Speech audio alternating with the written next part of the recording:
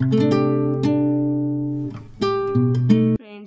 Welcome to I YouTube channel. आज आपण standard 7चा chapter 13 मधील प्रॅक्टिस 48चा 4th क्वेश्चन पाहणार आहोत. या अगोदर आपण 3 क्वेश्चन 2 लेक्चरमध्ये पाहिलेले आहेत. 4th क्वेश्चन हा थोडा इम्पॉर्टंट असल्यामुळे आपण तो सेपरेट लेक्चरमध्ये पाहणार आहोत. पहा क्वेश्चन काय आहे.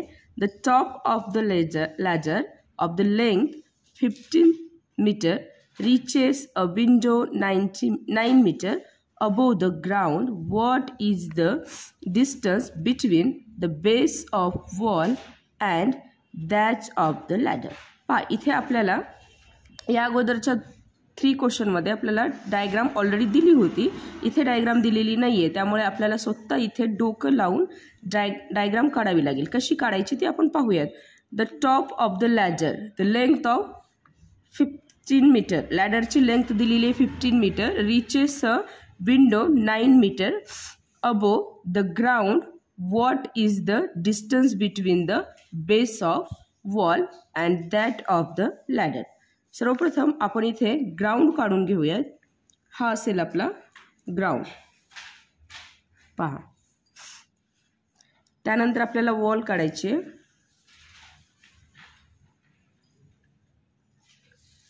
वॉलच्या वरती इथे आपल्याला विंडो शो करायची. ही वॉलच्या वरती विंडो आहे. And the top of a ladder of length, ही अशी लॅडर काढून घेऊयात.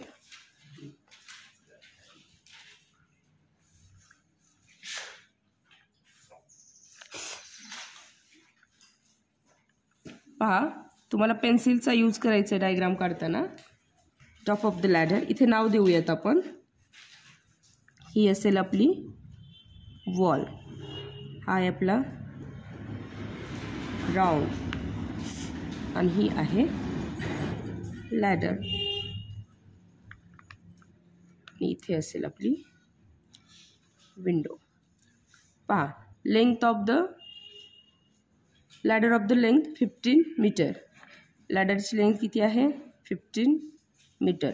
Reaches a window 9 metre above the ground. Ground पासून विंडो किती आहे 9 मीटरचे. इथे 9 मीटर द्यायचे आपल्याला. And what is the distance between the base of wall and that of the ladder. पहा बेस ऑफ वॉल कुठे दाखवता येईल आपल्याला. बेस ऑफ द वॉल हा दाखवता येईल. हे थोडंसं आपण लॉंग करून घेऊयात. इथे नाव देऊयात बेस ऑफ द वॉल. आणि हा असेल आपला बेस ऑफ द लॅडर. यालाही थोडंसं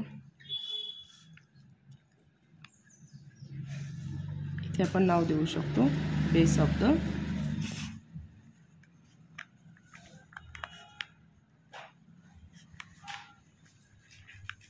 ladder.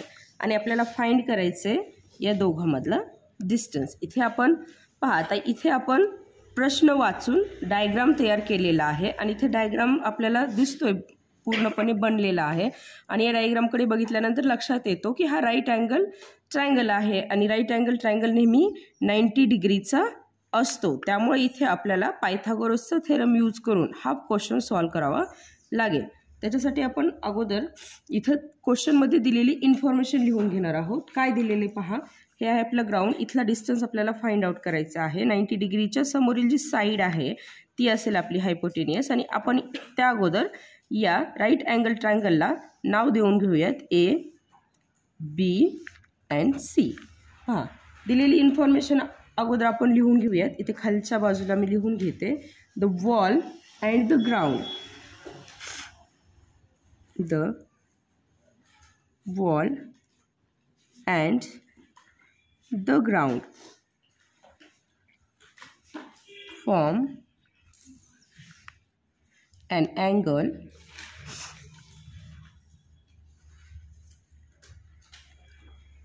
from an angle of the 90 degree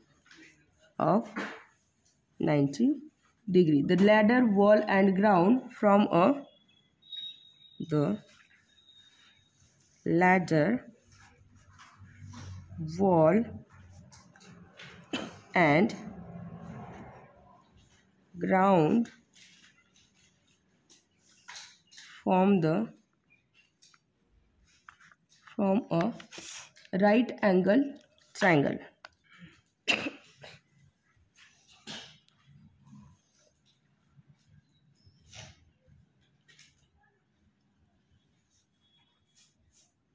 Triangle ABC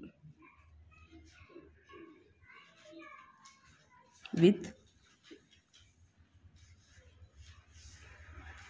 खाली लिहिते B equal to angle B equal to किती आहे 90 डिग्री. सो हियर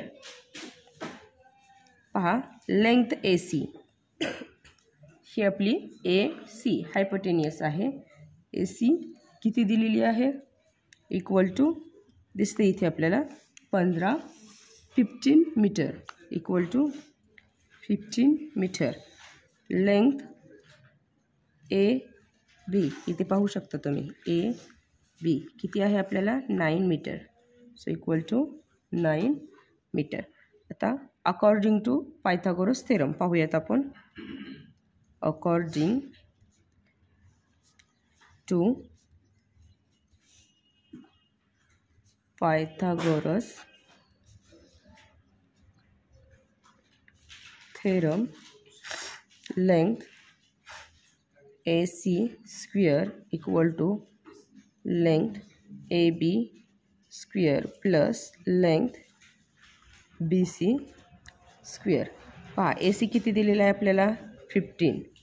सो आपण 15 स्क्वेअर इथे लिहू शकतो इक्वल टू AB किती दिलेला आहे 9 स्क्वेअर प्लस लेंथ BC आपल्याला फाइंड करायचं आहे BC स्क्वेअर. हा 15चा स्क्वेअर किती आहे इथे काढून पाहूयात का आपण रफ वर्कमध्ये. इथे पाहूयात थोडीशी जागा आहे इथे. 15 5 7 मल्टिप्लिकेशन 5 1 प्लस 5 7 5 12 12 कॅरी आली 1 2 2 5. 15चा स्क्वेअर आपण सांगू शकतो 225 इक्वल टू 9चा स्क्वेअर आपण इझिली सांगू शकतो 9 9चा 81 equal to length BC square as it is. पहा आता इथे 225 इथेच येईल त्याच्यासमोरील जे इक्वल टू आहे पुढे जाईल म्हणून इथे प्लस 81चं मायनस 81 होईल equal to length BC square. So 225 minus 81 किती होईल 144 equal to length BC square. पहा आता 144 हा कोणाचा स्क्वेअर आहे तुम्हाला माहिती आहे कारण 1 to 100 पर्यंत स्क्वेअर पाठ करायला मी सांगितले होते तरीही तुमच्या लक्षात नाही आलं तरी आपण इथे 12चा स्क्वेअर करून बघू शकतो. 2 2चा 4 2 1चा 2 मल्टिप्लाय 2 1चा 2 अँड 1 मल्टिप्लाय 1 1 येईल इथे 4 4 अँड 1 144. तर आपण याच्या खाली लिहू शकतो की 144चा स्क्वेअर काय आहे सॉरी 144 हा 12चा स्क्वेअर आहे म्हणून इथे 12 square equal to length BC square. आता आपल्याला BC स्क्वेअर शोधायचा आहे फाइंड करायचं आहे त्याच्यामुळे हे आणि हे कट होतील इथे स्क्वेअर स्क्वेअर आणि खाली सेम येईल म्हणून आपण फायनल आन्सर लिहिताना लिहू शकतो length BC square equal to 12 metre कारण इथे युनिट दिलेला आहे आणि हे होईल आपलं फायनल सॉरी खाली लिहिते मी length BC square equal to sorry BC equal to 12 metre. इथे स्क्वेअर कट झाले ना आपलं हे होईल आपलं final answer.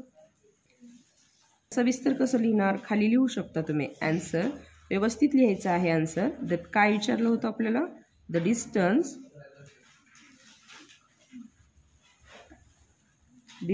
Between the base of the wall and that of the ladder is 12 metre. इथे आपला प्रॅक्टिस सेट 48 कंप्लीट झालेला आहे स्टँडर्ड 7चा.